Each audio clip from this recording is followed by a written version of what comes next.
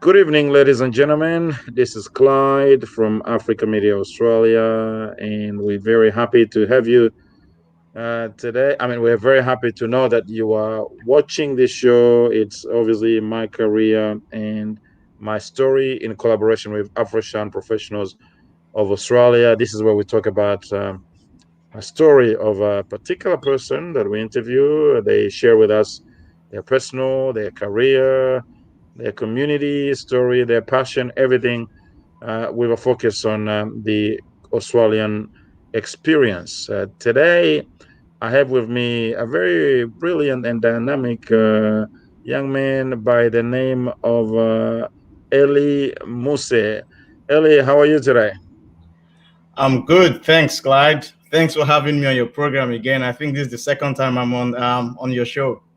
Cool. We're very happy to have you too. So, have you been how are you going with all this confinement? Maybe soon we'll be going to stage 5. Don't get out of your door; they'll shoot you. Something like that. How are you coping? My God, it's we just have to cope. You just have to cope, whether you like it or not. We just have to cope, and hopefully things can go back to normal. Our lives have changed so much due to the disruption, but we just have to find a way to keep going, anyways.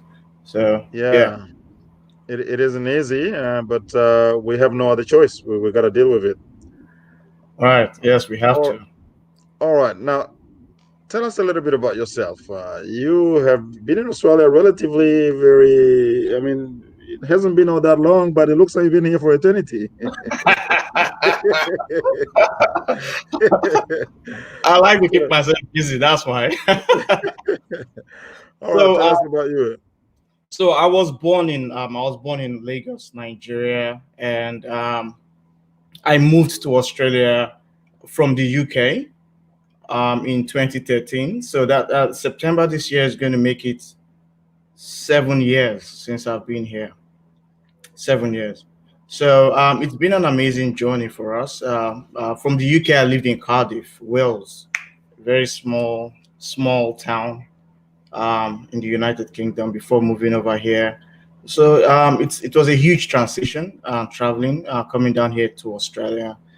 There were quite a few things that I noticed that was different. The first shock here for me was the internet. The Yeah. mobile, the capped data. I think as of 2013, I never heard anything about unlimited internet here in Australia at the time. And with my heavy internet consumption, I was wondering if I was going to It's gonna pile cost you up a a lot of lot of money. fuel, spend a lot of money. So that was a major concern for me back then. Yes. So it's funny. All right. So, what led you to initially actually go from from Nigeria to UK, and then from UK to Australia? What led you to do that? So school and work, and Okay. in UK, and moving down here in Australia, I came here with my family, with my wife. Um, we both moved here on a skilled graduate visa. I don't know if that's still running now, but a skilled graduate visa is almost like a visa that Australia gives to graduates from certain professions and from some from some schools. So we got it. We came here on that visa. The visa allowed us to work for about 18 months, study or work for 18 months. It was almost an equivalent of a permanent residence in a sense, but just under 18 months. So we came here on that, started working. We liked it here, and we converted that to a permanent residency, then to Australian citizenship. So yeah, but it's been a journey for us. Was it easy to, I know the issue with visas and meandering through that it can be quite complicated if you didn't come in with a permanent visa. Yeah, but I think the skilled graduate visa was pretty straightforward. Okay. So it was pretty straightforward because it was almost like it's a specialist. How would I put it? It's a skilled visa, right? So Mm-hmm. we graduate from certain schools. They call it Washington Accord, and if you've pretty much that's what it's about. And if you've graduated within 2 years at the time, then you are that visa was just it was very easy. It was point based. You put it through, they do the verification, and the visa is out. So that was, I think that was the easiest visa um, I've ever done. So we came here to Well, Australia. Yeah, a I lot would say. a lot of people come to Australia don't have that opinion. Australia is very, very difficult to get a visa if you're No, no, overseas, but true. obviously No, no, people, 100%, 100%. I mean, yeah, you're very right. And also depending on where you're coming from. Like if you're mm, traveling all the way from Africa as well, you'll see that the visa it's really strict, especially yeah, if you're coming from Nigeria or anywhere from Africa, because yeah, most of the time the immigration here would think you're an economic migrant.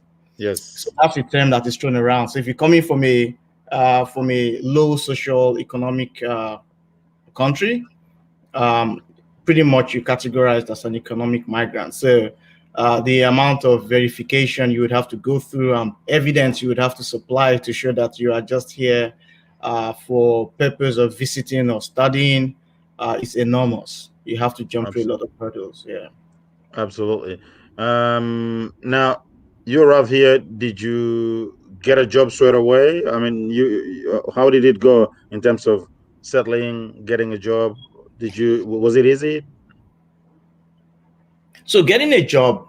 So because of I'll say a little bit because of my experience in the UK sort of helped a little bit in getting a job, but my case Mm-hmm. is not. I wouldn't really say it's the general case, Mm-hmm. because I'm still very aware that a lot of people struggle with jobs, um, to get jobs once they come into Australia, and you would have to get jobs below your qualification. In my case, at the time when I moved here, I wasn't intending to work in engineering field, even though my education background is engineering, and but I've sort of picked a lot of interest in finance, and I had the privilege of working in finance in the UK. I was in the taxation. I worked in the equivalent of the ATO in the UK. Mm-hmm. That's HMRC, Her Mm-hmm. Majesty's Revenue and Customs in the tax office. So I was exposed to quite a number of taxation issues and finance as well.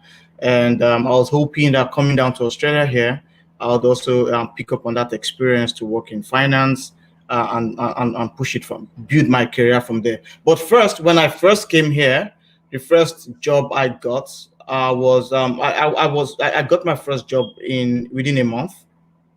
Well, that's Within a what's month. very fast. Yeah, that was fast, but not a job.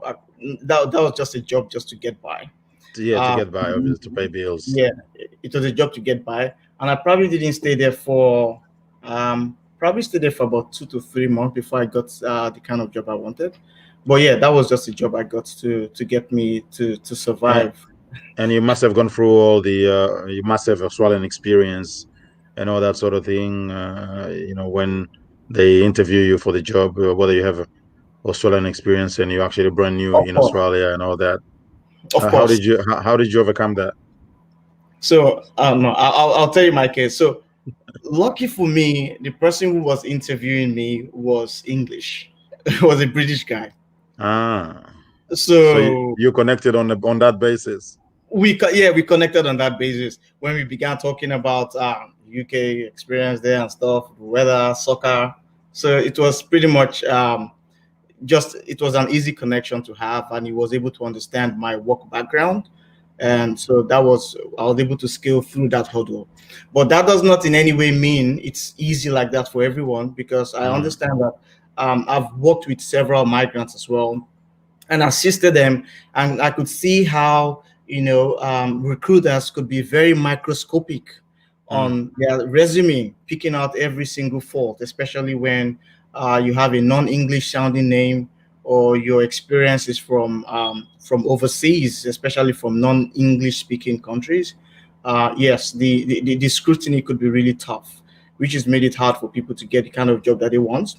And I've seen migrants with with highly skilled qualifications taking up jobs in aged care, disability. Not I don't mean there's anything wrong in taking up those jobs, right? mm-hmm. But the thing now is, if it is not something you really want to do, um, it becomes, it means that you've wasted a number of years, or that you've invested in your degree outside, and you're choosing something else just because you need to make a living.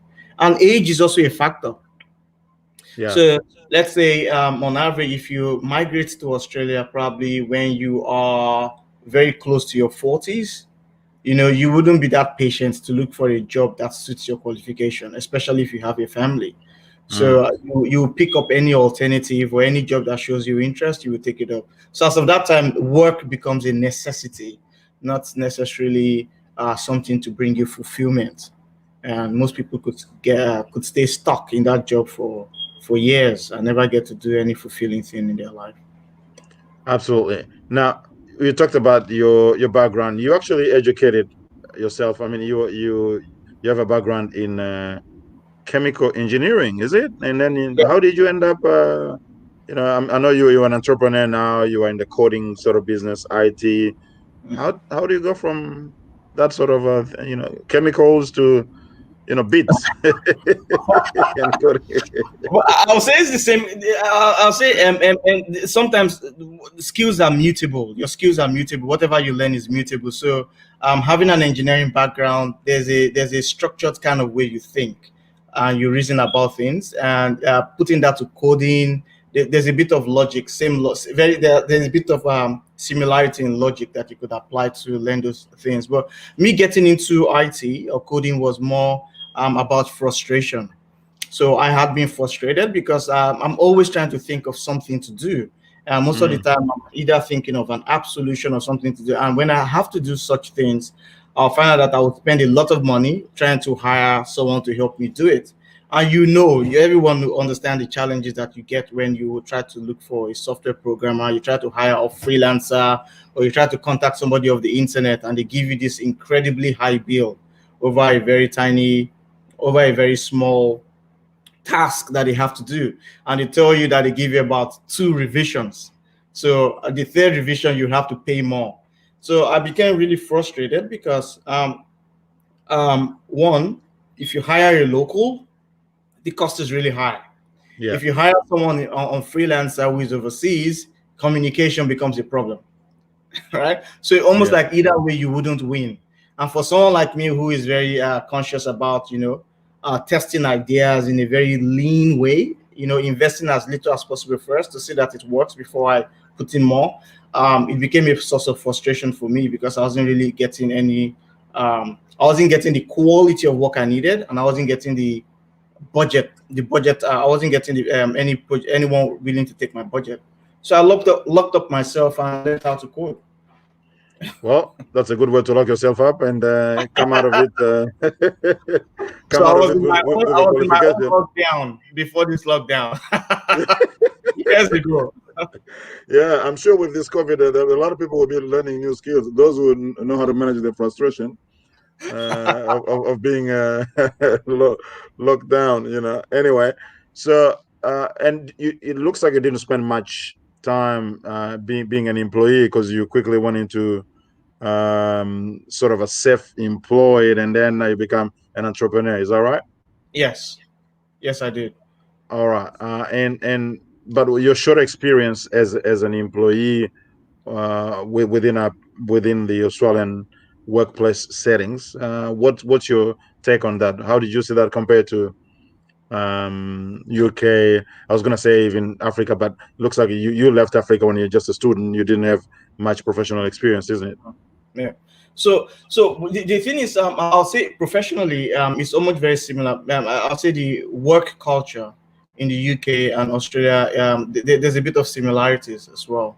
So here Mm, in Australia, um, okay, but I'll say in the UK, it's easier to get jobs. I would say I don't know if things have changed now, especially when if you're from a Commonwealth country, right? If you're from the mm. Commonwealth country like Nigeria and any of the African country who is listed under Commonwealth, you wouldn't find it too challenging to get a job in the UK. But I don't think that same mentality is here in Australia. It doesn't really matter if you worked in a Commonwealth country. In Australia, here the work culture here is a bit different.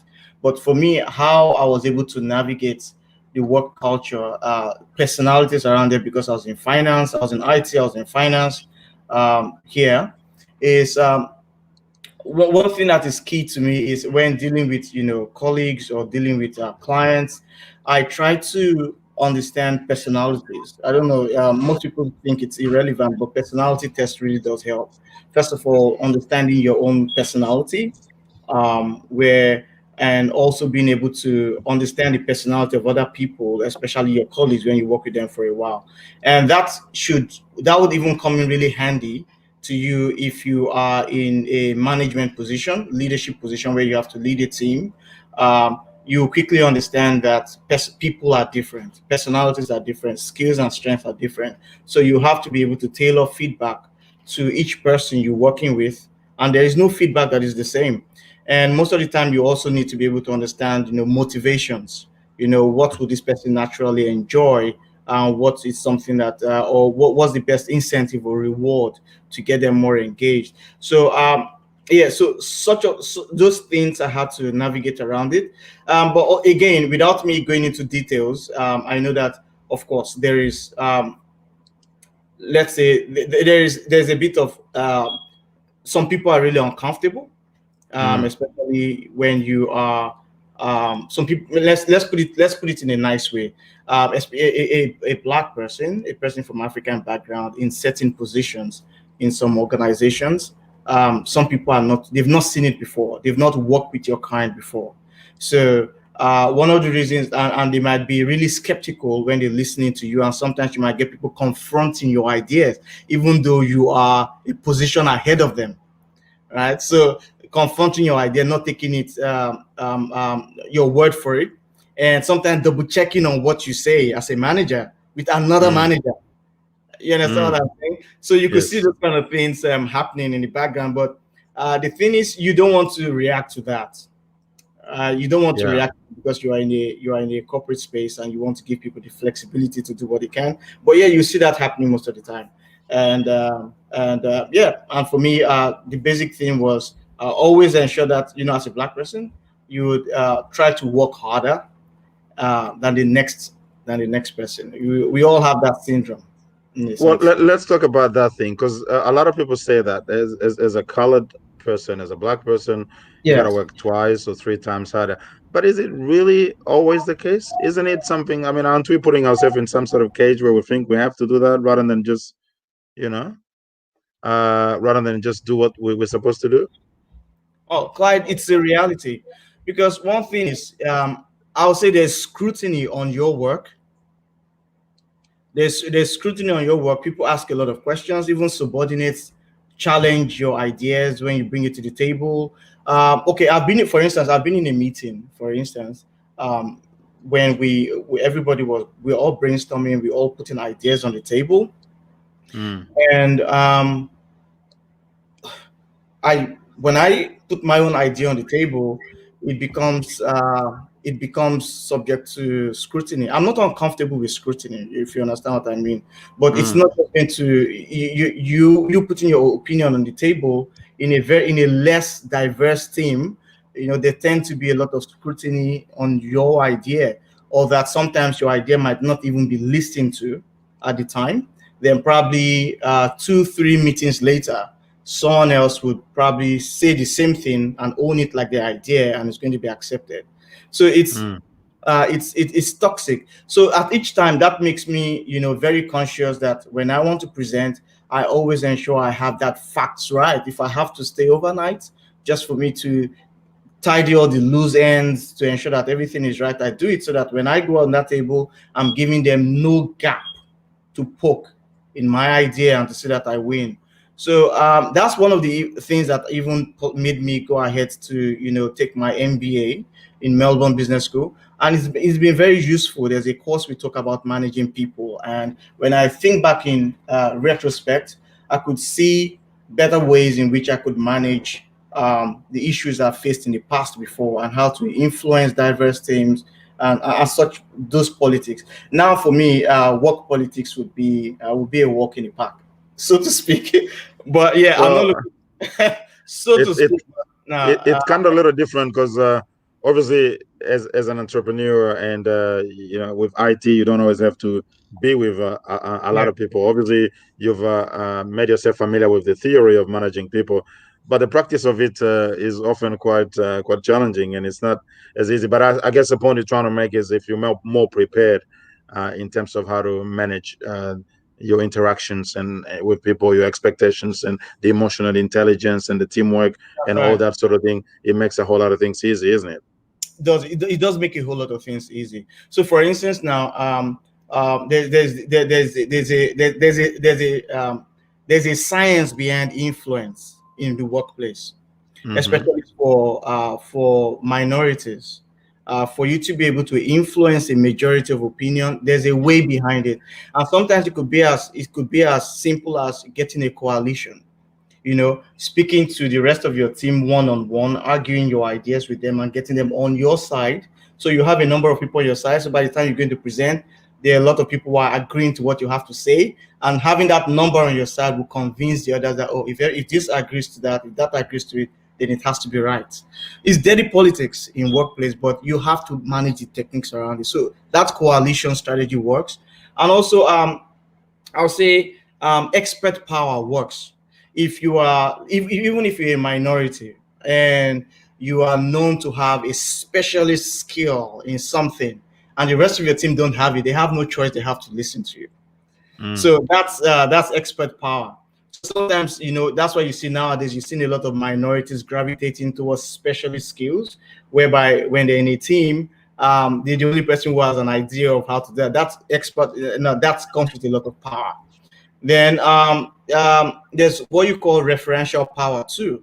As a Mm. minority, just forget about referential power, because referential power belongs to those people that have the charisma, that are liked within the team. No, charisma works for everyone, but you being liked is not something you can't count that as an asset on your side, Mm. like that. First of all, because the first person people would definitely gravitate towards is someone who looks more like them. So you can't really count on your likability to be able to influence a team or to influence a board to think in your direction. So more minorities should start looking for more expert power or expertise, knowing something that the rest of your team doesn't know and knowing it very well, or coalition.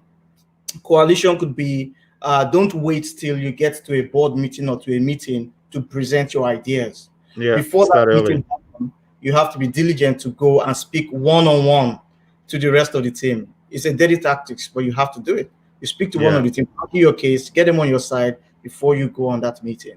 Then when they understand, it speeds up the process for you to get accepted and your ideas to be pushed forward. And then, given what you said, not only we have to work 2 or 3 times harder to just prove that we know our stuff, but also we have to manage a whole lot of things in terms of our interactions with people. It's kind of like we are holding 2 jobs at the same time, only getting paid for one. It's what it is, Clyde. It's just what it is. And being a minority, you have to learn all these things. Just like Yeah, overcompensating sometimes. Like I hear, like just using an example, I hear blind people have very sharp ears. yeah. Very sharp listening skills. So it's almost like you are overcompensating for the fact that that it's not going to be an easy path for you to get promoted. It's not going to be very easy for you to lay your ideas and get accepted. So you need to Mm. be able to compensate in other areas to help you win, if you care at all about winning. And then for some people, you may even have a third challenge. They may have a bit of a strong accent from where they come from, and their language becomes a whole lot of issues. So it's really a big battle there. Now, let's talk a little bit quickly about your coding thing, and then we'll go into some other areas of your career and entrepreneurship experience.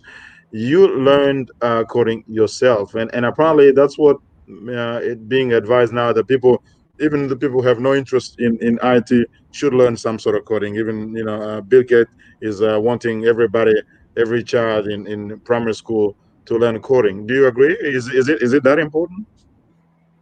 Um, Now I'll say learning how to code is easy. You don't even really need to learn how to code nowadays. Unlike the time when I learned, now there's a whole library of templates that you could easily use to build what you have to build without even seeing or touching a single line of code. If you want to All build an right. app, yeah, if you want to build an app, there's a library for it where you just pull out templates and you could fix it in. Except for some really advanced, It functions, is. Yeah. features, functions that you might have to probably get some line of code in. But I'm building a website nowadays. Who codes to build a website? People just buy templates and use that now. So it's not much of a problem now. So more people could start looking into skills like more skills into machine learning, artificial intelligence, and Python. Python programming is a very good language too. But These you gotta explain that people like us have no idea. Python, I see the jungle. are just like yeah. Yeah. So data analytics as well, data science, big data, machine learning. These are going to be the jobs of the future. So more people should start considering what job do I think cannot be replaced by machines? Because look at COVID right now. COVID, the COVID disruption is accelerating or has accelerated, the coming in of robotics, machine learning, artificial intelligence. Right now, Mm, I can't really see us going back to our world as it was before, because now we all see the necessary meetings. Everybody's surprised to find out, oh, we could actually still host meetings online. Big organizations are laying off staff because they find, oh, look, we could actually do it with it. We could actually work with a small team and still achieve what we have to achieve. So companies are going really lean and heavily dependent on technology nowadays. So a lot of jobs will be replaced. COVID has just accelerated the rise of the need of robotics, artificial intelligence. So we just need to start learning those skills that we know that machines cannot really replace. Fortunately, people in psychology, I was just discussing that with someone few hours ago. So I don't really see, machines taking the place of psychology. So mm, such skills are relevant. Not everybody has to get into IT. It's not really relevant, but there are occupations that we know that would be replaced. If you're in that if you're in that line, then it would be good to start using this period of the lockdown to learn other skills. Now you don't really have to go to university to learn most of these skills. They are mostly available online. Just paying about $200 or 300, or just a couple of dollars, you'll be able to spend your time to learn and adopt those skills. And the beautiful thing about most tech companies now is you don't really need to present a degree to show your qualification. All you need to present is a portfolio of projects that you have done. mm. I Uh, saw a recent news by Google, talking about they're not hiring people based on their university degrees. It's more about, completing some number of tests and showing that you're competent in doing it. okay.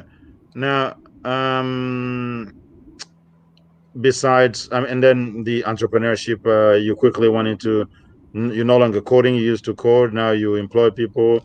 Uh, how was it easy for you to sort of take that leap and put yourself in that position of entrepreneurship? It's not always easy because paid employment gives security, and sometimes people trade that with a brighter future that they could normally go on. And you have to be, you have to plan. You have to be to have the courage to be able to make that step.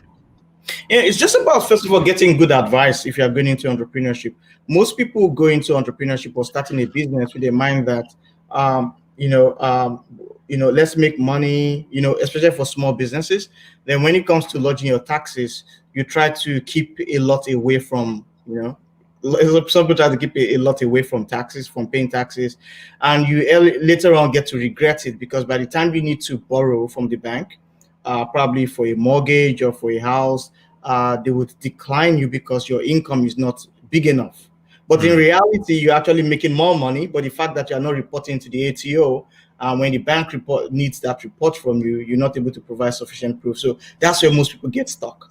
So that's why most people are worried about getting into entrepreneurship, because they feel like the banks will not be friendly to them lending if they don't show sufficient income. But if you can demonstrate sufficient income and you pay the right amount of taxes as well, and you show the right income, you wouldn't be deprived of your ability to lend, for maybe personal lending or even business lending, in the case may be. So it's just about having that right information, or knowing how to get it right from the first year, So probably after you've had about 2 3 years of good tax return, your ability to take more loans to invest in your business is there. But running the business itself is quite challenging. It's a lot of people go into business. Most businesses in Australia die within the first 12 months. Mhm. So surviving and thriving is very challenging. What sort of advice would you be able to give to others in that regards? I'll say do your research. Also, you should know understand the business you're going into. Are you going into this business because you're passionate? It's not bad to go into a business because you're passionate about it. But one thing is, it's good to go into business being passionate about it. If you don't understand what the business aspect is going to entail, then have a partner who understand that part. So who can look after the areas that you are weak in. You might be the creative kind of person and have a wonderful idea, but you don't have the business knowledge of how to operate a business. Then get someone who can to help you alongside with it.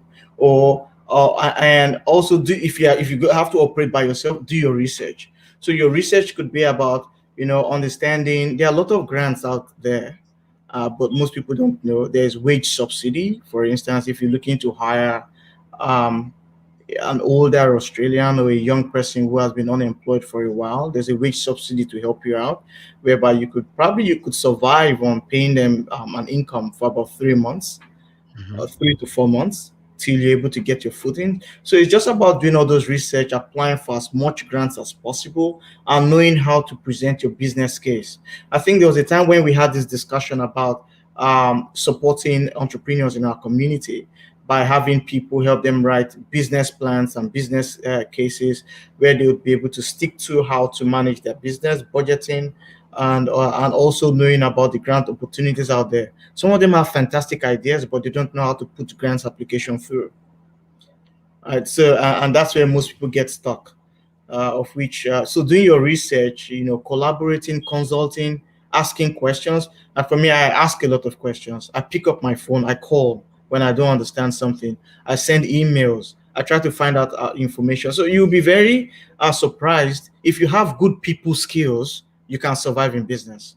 So, like for me, born in Lagos, a Lagos boy, we could that mentality is still always there in me that look, I could enter into a place without a dime in my pocket and I could set up something out of it if you have good people skills. If you Lagos if boy. I just want to stop you there on a moment. I'm not Nigerian, but I heard of that don't expression. don't Is, do is that. is it a good thing or a bad thing? Because you No, hear it's the not a bad thing. I'll say it's more like it's more like a I don't want to use the word hustler. Hustler in a positive sense, in a sense that when you have this natural self confidence that you can get things done, and you getting yeah. things done is not just limited to the amount of money in your pocket. You could actually argue your way through cases. You could always talk to people and get them on board and get them fired up and passionate about things. So yeah, it's people skills. So I'll call it down to people skills. So that's something I've learned at a very early age, that you can get things. You don't need all the money in the world to get things done. You could actually initiate and complete an idea having the right people on your side. And And when I was way back when I was younger, I've actually done a project before where I didn't really have money. I was broke on my own, but I had a team, and the people on my team at the time even had more money than me, and they were willing to stake their own investment into that idea till we realized it. I was 20 at the time when that happened. So since then, it's stuck into my head that if you are respectful, you're polite, you're humble, you're likable, you know how to listen to people, get people on board. People will be willing to do stuff for you. People will be willing to take risk on your behalf if they believe in what you're telling them. If you can articulate the plan clearly, the vision is really clear, people will jump on board. So people skills. Okay, look at Richard Branson for instance. Richard Branson is dyslexic. So this is a person who cannot tell the difference between gross and net profit, right? But he's running multi-billion dollar companies mm, because he has people skills. He's a likable person. He knows how to pursue. So stuff like that is an example. now let's talk quickly about people skills, and then we go into your community involvement. Uh, Africans in by nature, I would say, or almost, we're sort of very good at being social. We are collective minded type of people. We enjoy being together as opposed to the individualistic culture of the West.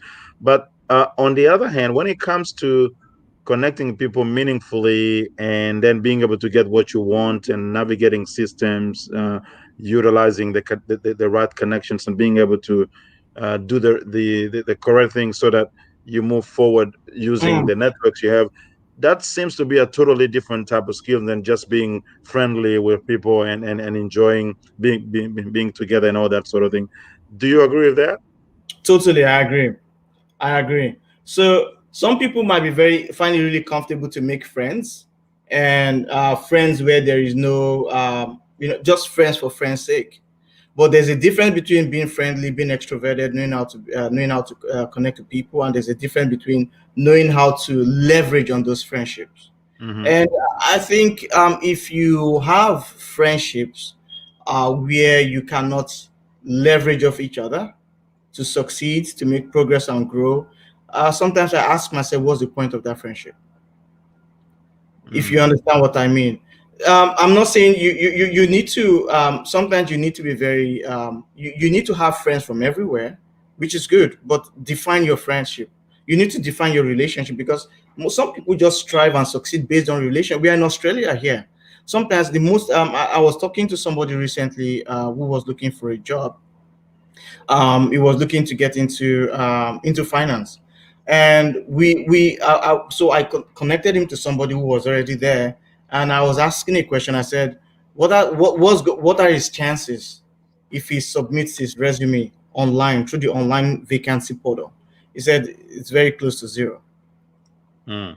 meaning you need to know someone inside, you need to know someone on the inside. You need to build a relationship with someone who would help you out with insight, with information on what's going on. So it's about who do you know. Yeah.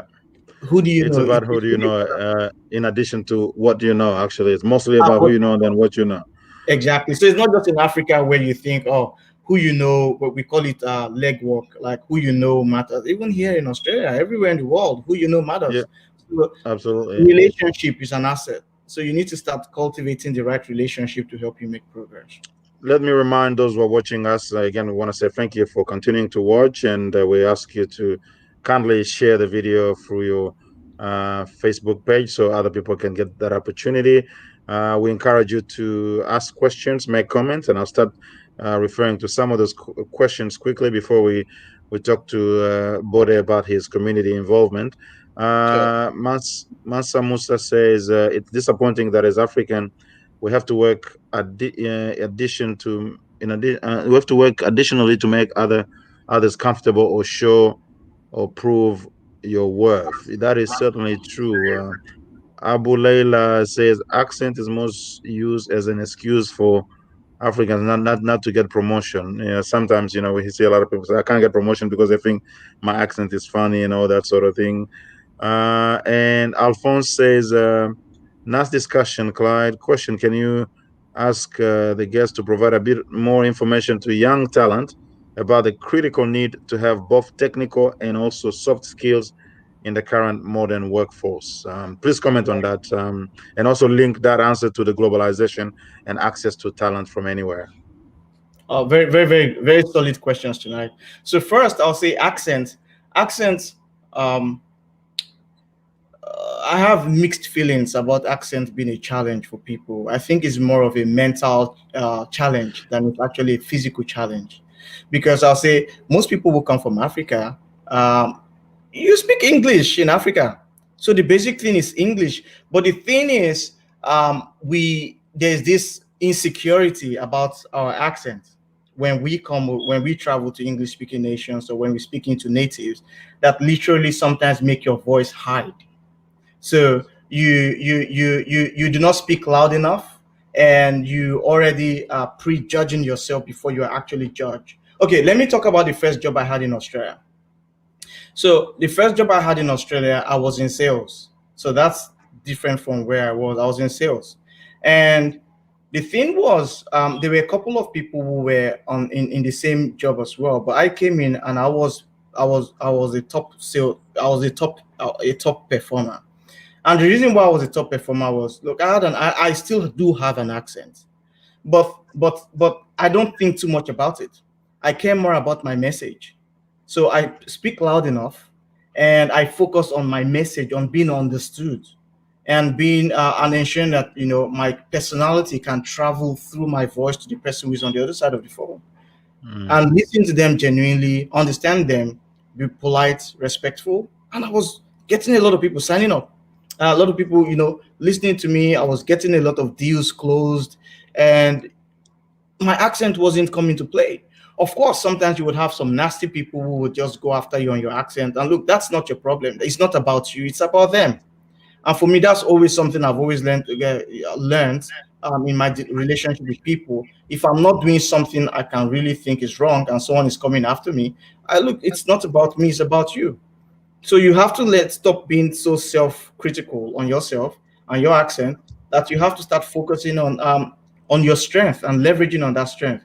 So the accent thing, you I don't think it should be a serious focus. While you should try your best to be more articulate or speak properly, but it's more important for you to speak confidently. It's Mm. more important for you to take off those self-limiting critical voice in your head to help you express yourself properly. Then talking about the technical and soft skills, I'll Yeah. say soft skills. I'll rank soft skills above technical skills anytime, especially if you're looking towards leadership positions, or you're looking to get promoted at work. Technical skills could get you stuck in a particular position. I've seen a lot of technical guys. I've also worked in IT, so I've seen a lot of technical guys. When promotion is going on, they promote other people, but they don't promote them. They're not promoted because they're not good. They were not refused promotion because they were bad at their job. No, they were exceptionally good at their job, that they couldn't find a substitute for them, so they had to keep them in that same position. So, and Mm. that's also because that person is so technical, they don't have soft skills, emotional intelligence, knowing how to self-manage, knowing how to read social awareness, read other people and stuff. They were lacking in that, but they were good at their job. So, and very and that's key. something, sorry to interrupt, but and that's something that a lot of Africans, not just Africans, even many other migrants don't understand. You can have a very high technical skills, but it takes more than that to be able to get promotion. You have to actually work for it on the soft level. You have to build relationship at work, show that you can relate, you can, because in that leadership thing, the ability to connect with people on more than just the technical aspect of the job, and being able to influence, that you talked about the sense of influence at work, all that. A lot of people from a migrant background, perhaps because of the lack of cultural capital, because when you come to Australia, obviously it's a new country, and although you can learn a lot of things, it takes a while to build cultural capital to be able to easily navigate and negotiate those sort of things, isn't it? Very true. Oh no, I couldn't agree more, Clyde.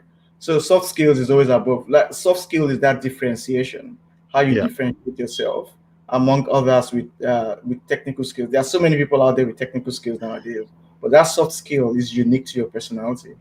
It's Cool. your Before brand. we finish, sorry. Yeah. I was Oh, gonna of just course, say that's all right. before we finish, we got a few minutes left. Let's talk about your community involvement. You are a very dynamic, energetic, and how do I put it? Inspiring young person. We see a lot of things you do. You and I have the advantage of living in the same municipality. You get to do a lot of things for young people, and a whole lot of things, and you actually even running for the local council. That's a lot of things, man. Tell us where you get all that energy from. Thanks, Clyde. Thank you.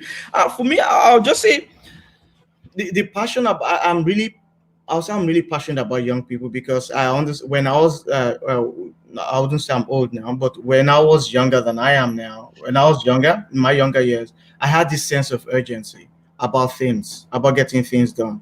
But I found that people ridicule that sense of urgency from young people. Why are you in a hurry? That's always the word people tell young people. Why are you so much in a hurry? Why shouldn't I be in a hurry?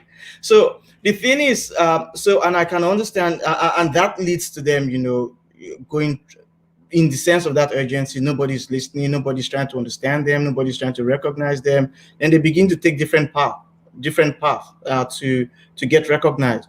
I was speaking to a young person and was telling me about how some young people think that sometimes they don't mind being sometimes the desperation for recognition could be as bad as them trying to get on Victoria police post. Mm. Let that sink in. So even for good or bad news, they don't care as long as they are recognized for something. So it's a desperate call, and these are the things. I've got two kids, and my kids are not biracial. My kids are pure African breeds. So sometimes I feel like the responsibility of getting things right before they begin to recognize these things is on us to see Mm. that while we have the energy to run around and fix things, let's go out there and do it. And one of the reasons why this year I'm deciding to put my hand up for council is I have collaborated on projects with the local council. I've spoken to quite a number of councillors. I've spoken to work with community staff, council staff, and work with a lot of people in the community. There are gaps. There are gaps that can be addressed, and sometimes those gaps will never be addressed except we have people like ourselves in council. One of the things I found is learning about teams. If you have a very homogeneous team, like people from the same race, people from the same culture, they would all think alike. And thinking alike is not going to bring about creativity.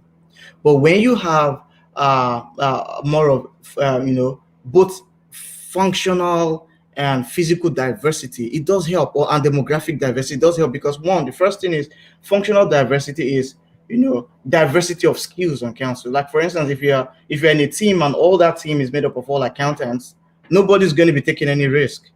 You would all be looking at the same book, and the company not going to go anywhere. So having that skills and experience diversity on the team helps, and the physical demographic diversity as well. Our community is growing, our population is growing, our diversity is getting complex. So we need to have a very broad representation of what our community looks like at the decision table. Right. So when we have somebody who is deciding for this community because they're from that community, they understand they need to have a representation of the community at the meeting table, and that helps to see that Right. the needs of the community is broadly addressed and covered. But that's not just the reason why I'm running. I'm running because there are several issues, also like issues relating to education. Without going into too much details, my campaign website details all of that. When it's out, you would all see in education. We have issues with our transport. If you live in my area, it's Which is the Wyndham area. yeah. I live in For people may not know, in Western Melbourne. Yes, I live in Point Cook, and sometimes look, I swear like a sailor in the morning when I go to the parking, when I go to the station, I find that by 7 a.m. I can't find parking. You understand? 7 a.m. I'm driving around, and at 7 a.m. I can't find parking. And that's one of the issues we have rising crime, and whenever there's any bad news or event of crime in our area, without me going, the process. There's Yep, almost I do. a rule of what you are Uh, expected to happen. When you see the news, you Absolutely. can just count 1 to 5. You can predict what's going to happen afterwards, especially when you hear it's someone from an African background. All right. So Okay. we do our best to educate young people, media and stuff, and there's several things to be done, Clyde. That's why I'm putting my Yeah, hands up. there is a lot of work. Unfortunately, we're running out of time. Perhaps just your last message. Obviously, even before that, quickly, how are you finding the campaign so far? I mean, you're kind of just starting it. It's not really full on yet, but how are you finding it? Tomorrow was actually meant to be my launch date, where I'm going to announce with bring out all of my materials to let people see why I'm running and why I am the candidate they should vote for, and to trust me to be that voice to represent the needs of the wider community and to be a bridge figure to unite our cultures. But there's a news coming out that it's very likely that the council election might be postponed. So Because of COVID? yeah, because of COVID. I don't really see the need for that, to be very honest, since it's postal votes anyways. I don't really see any need for them to postpone the elections because people are already frustrated. People need a change. People need to change people on their council. They need fresh faces, fresh voices, fresh people. So I'm really hoping the government will reconsider that decision. It's not a decision, it's just a suggestion for now. We don't know if that's going to happen or not. But I'm hoping that they allow the election stay and run on the same dates on the 24th of October. And so far, I've been finding it okay. I've not done Yeah. anything massive, but I've been chatting to people in the community, and I've been receiving all the right advice, feedback, and contributions to help me shape the way the campaign should look like. Okay. Eli Muse, I would have wanted to take more time to talk to you. Unfortunately, we're running out of time. I wish you good luck with your campaign, and I know even if you don't make it this time, there will be a next time. And with your level of energy, with your level of enthusiasm, and your passion for community, I'm sure you'll be able to make it. So good luck with everything, and we certainly want to have you back sometime, even in the middle of your campaign. Come back, we'll talk more about that. Thank you, Clyde. I would win this time. You'll win this time. I That's would good, win this man. time. I So, keep my fingers crossed for you, man. Win, and then you come and fix some of my issues here in Tanit where I am. That's no more than happy problem. to listen to you, Clyde. All right. Thanks for the time tonight. And yeah, I want to say thank you for all of us, all of them of you who are watching us. Continue to watch, continue to share our videos. And if you want to come to our show, we're more than welcome. Wherever you are, we'll connect you and you'll be able to tell us your story. Until next time, stay blessed. Thank you, Clyde. Thanks for having me. Good night, See ya. everyone.